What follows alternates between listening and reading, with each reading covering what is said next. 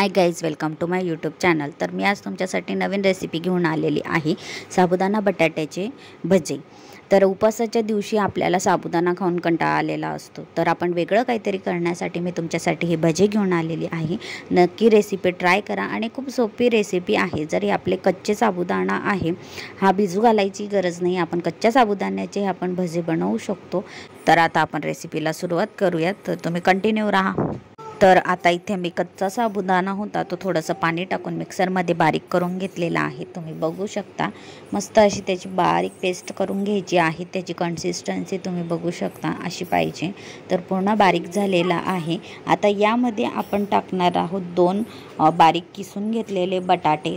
तर इथे मी घेतले 2 बटाटे, ते शिलून घेतलेले आहे। आता ते आपण किसून घेऊ। तर या पद्धतीने आपण दोन्ही बटाटे मस्त किसून घेणार आहोत।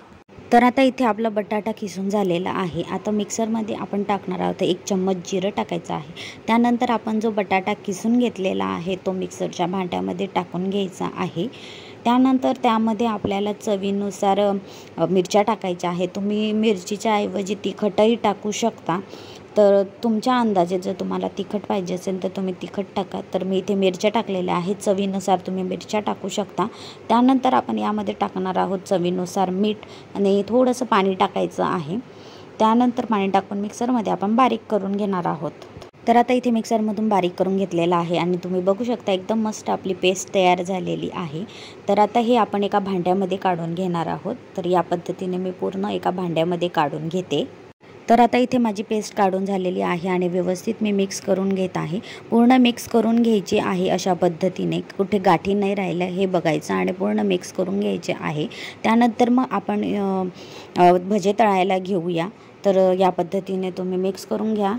तर आता इथे आपण भजे तळायला घेऊया। इथे मी गॅसवरती ऑलरेडी तेल गरम करायला ठेवलेलं होतं आणि तेल आपलं तापलेलं होतं। आता इथे मस्त आता भजे सोडत आहे।